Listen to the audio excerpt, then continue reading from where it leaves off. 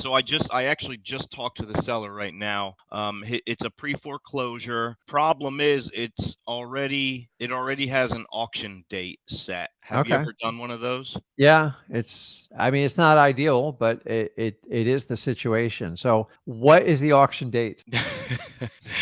Well, Now you're gonna just talking about people checking out for the holidays. It's January 3rd. Yeah. So did you enter into a contract with them? No, I haven't. No. So boy, you better like get cranking. So Yeah. you need to enter in that contract and you need to find a way to have your title company reach out to the foreclosing attorney to try to stop the sale. You're going to have to try every stop in the book. You're going to have Okay. to try at the county level. You're going to have to try to work through your title company and you're going to have to hammer that law firm. Okay. It's not Before easy. Christmas, pretty much. Be- because the other way you got to do it is you got to hire an attorney and pay him 1,500 to 3,000 just to stop the sale. And most of them will tell you got to do a bogus claim of like a bankruptcy. I don't commit fraud. I don't believe in that. We have a legitimate contract on the property. Do you know what all the liens and everything are added up to on the foreclosure? No, I do not. No, I So you just got this lead. yeah. So number one, you got to make sure there's enough equity in it. Okay. So Well, that was actually going to be my next question. The on PropStream, is PropStream usually correct with the mortgage balance? It's a guesstimate. It's not going to be exact, but it Okay. should give you in the ballpark, and you should be able to get the foreclosure case and look up online. And it usually reads like a novel. It's ridiculous, like all the people they serve and the complaints and who's doing Okay. that. And but they'll start revealing amounts within there, and you can reverse engineer the mortgage through PropStream.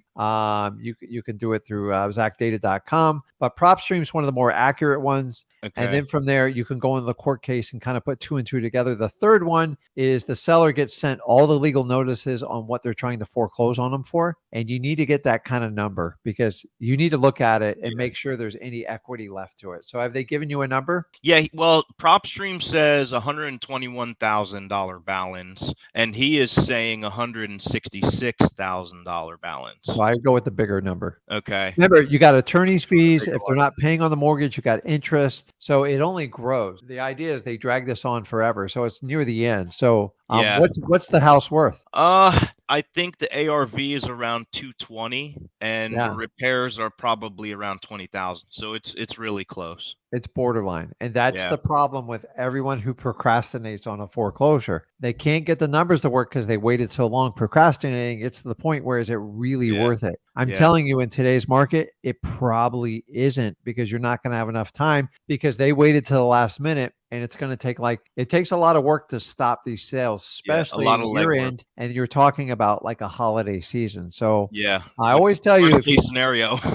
yeah. So if you're ever working with somebody in a foreclosure or pre-foreclosure, the ideal scenario is to catch them at least 90 days before the auction because you can get anything done in 90 days. Yeah. 30 days is massive risk. And you better Yeah. make sure the equity's there because you don't want to waste time. I've personally hired a lawyer to stop some foreclosures, but some of them, they're just not worth it. And if you can't make the math work, like I don't Yeah. want to take over a position with the seller's already and let them foreclose on it. It's not going to go anywhere. Eventually, it's going to go back out on the market. But Yeah. Well, that's the problem with he said he had a couple people come look at it. yeah, he's waited too late. And then And here's the best part. You're missing the best part of it. What's the seller's expectation to sell you the property? well, he said that he wants to at least break even. So 166,000. Okay, but isn't that what's owed against the house? That's what he said. Yeah.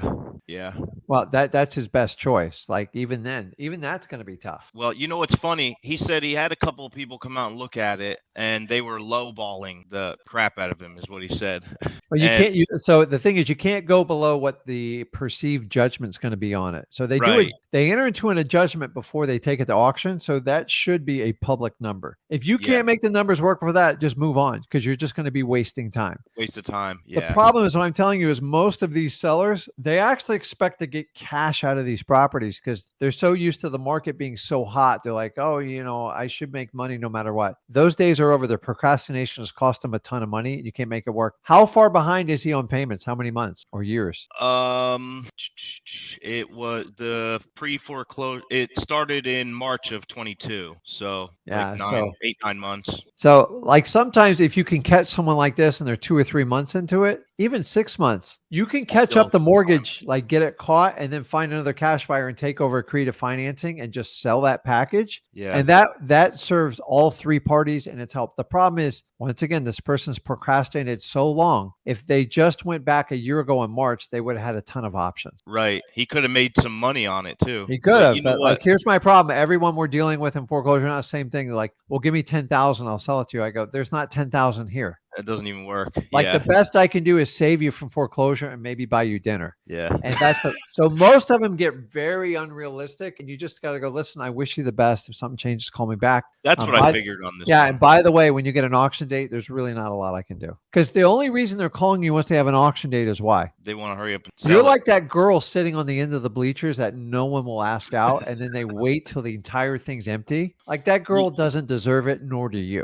So like, You know have what's funny? pride, people, man. Like he can, Yeah. yeah. So Last resort. He yeah. already has the house empty. I was like, Yeah. "Are you living there?" He was like, "Yeah, I was, but you know what? I'm ready to sell it, so it's pretty much empty." Guys, He knows it's so foreclosing. going into when we talk about pre-foreclosures, foreclosures, if you can catch them before they go to auction, they have a ton of options. And that's what most don't understand. And you have to take your time and find the best way to do it, because they have rights when the property's distressed. Even when you're into an agreement, you have to give them disclosures. You have to give them time to get out of the contract, and you can't force them to do anything. But these houses sit around vacant. They need someone's help. They don't know how to wrap their head around it. And if you can catch them early, so maybe you guys overhear a conversation during a Christmas party, goes, I can't afford my mortgage, I don't know what to do. If you can catch them, you can give them pride, dignity, and actually help them out of the problem and give them cash while walking away. They wait till an auction date, my hands are tied, dude. Like, Too late. that's like when the car's running out of gas and it's sputtering and you go, man, I wish there was a gas station around. Oh, here's Jason. I'm going to call him and like figure it out.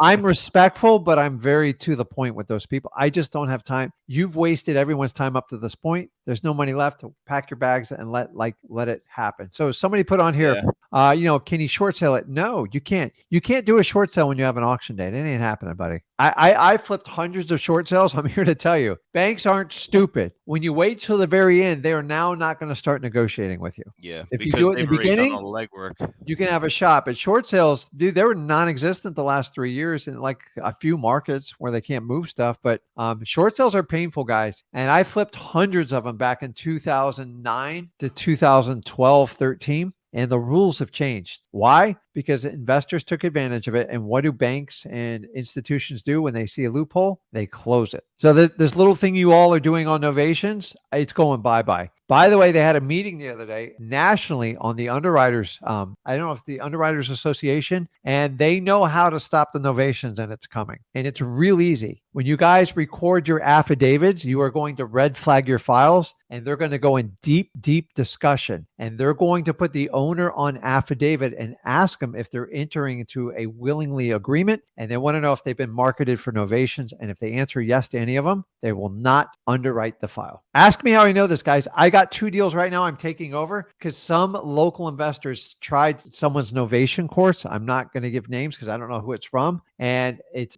like the title companies, they're just sick of it. It's a gimmick, guys. It's not wholesaling.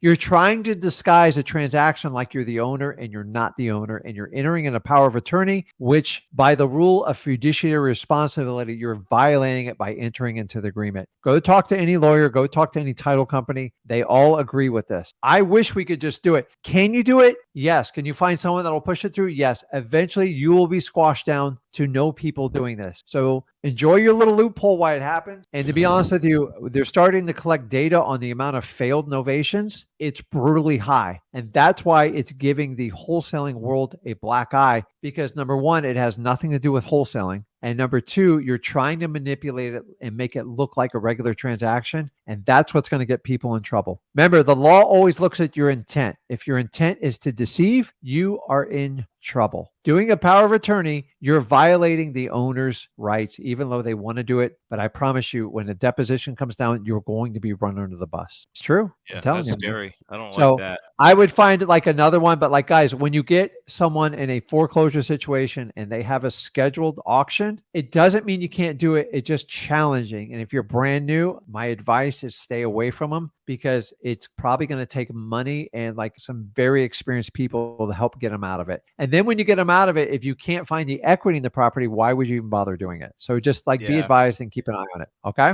That's probably what I'll do. I got one more question for you, Rick. Go ahead, Jason. Have you ever done a house in a 55 and over community? Yes, I love them. It's not Okay. as intimidating as you think. So Can guys, somebody this is that's like under 55 even own that yes. house? Okay. Yes. I just By didn't law, know. they have to. So about 10 to 15% of their community, depending on the allocation, they have to allow people for 55 and younger or older in there because people get houses inherited. There's all sorts Oh, of that's true. I don't know what the ruling is, but like you can't, it becomes discrimination if you do 55 and older. Now, if you have a partner that's 55 and older, like it works really well. But typically what you have to do is you have to interview in front of their HOA, and it's kind of a nightmare. So you Okay. have to convince to them that I'm here to help your community out, not penalize it. And I want to improve property values. So I've done about 10 of those meetings on your exact situation we talk about. And by the time I'm done with those meetings, I always walk away with 2 or 3 buyers because they want to buy the property and get you out of there. What you have to watch for in HOAs, here's what kills a deal. Any type of restriction for resale, 1 year or 2 year, I will not touch. Also, when they have a restriction on renting the property, you got to own it 1 year or longer, that's going to really kill your buyer's pool. If you can get around those 2 things, I'll do any condo. I don't care. Like it's a pain in the butt. You got to pay the fees. Yeah. Those are the 2 deals that will kill any HOA property I buy because I can't get around those. There's no way around it. You can't do it. And by the way, I've been rentals. sometimes they restrict rentals for 1 year because they want to discourage investor activity. Okay. I recently got busted on one and had to go to court for it. I didn't win. So I'm just saying, like they hunt you down, like they have like controls that are the 55 and older, dude. It's easy. So a lot of them have allotments, or sometimes you can bring somebody and put them on 55 older. I've even used my hard money lender to help me do it, like when I was much younger. But now I'm an old fart. It's like no big deal. Once you're even close to the age, they'll never question you. Yeah. Okay. So remember, a lot of these are rules. It doesn't mean they're actually legal either. Yeah. I was told by reaching HOA that a corporation could not buy a property in there. And I showed them a list. I go, you got 5 properties owned by banks in here. They are a corporation by definition. So your rule violates itself. I just need in writing you're turning me down for that, and then I promise you a lawyer's calling you. Like you can't like I get it, that's your policy, but you're breaking laws by doing that. You can't discriminate based on that. There's nowhere, I don't see anywhere where you can do that. And I got it. I had to wait 2 weeks to buy the property and make it work. So listen, I'm on a board of multiple like boards, and you should see the like crap that comes across the desk. It's actually funny. It's just so comical. And most of these boards have a common sense. Remember, they want to keep their values up, and they want to keep like-minded people in the community. That's why 55 and older. The reality is they don't want screaming kids. Let's be honest, right? Right. But they got screaming dogs. It's just as bad. So it's like, don't be scared of them. I'm telling you, you can flip those properties. It doesn't mean you have to live there. So sometimes you got to read the rules. So my only advice, if you do a community like that, get it under contract and make sure you get a copy. Make sure you get a copy on the bylaws.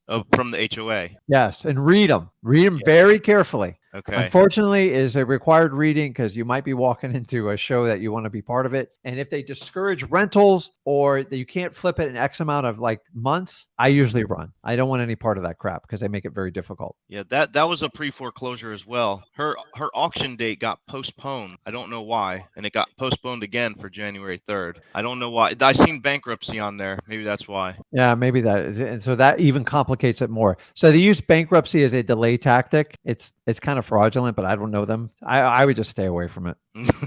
Okay. Okay, Rick. Well, I appreciate it, man. Have a good holiday, bud. I'll talk to you.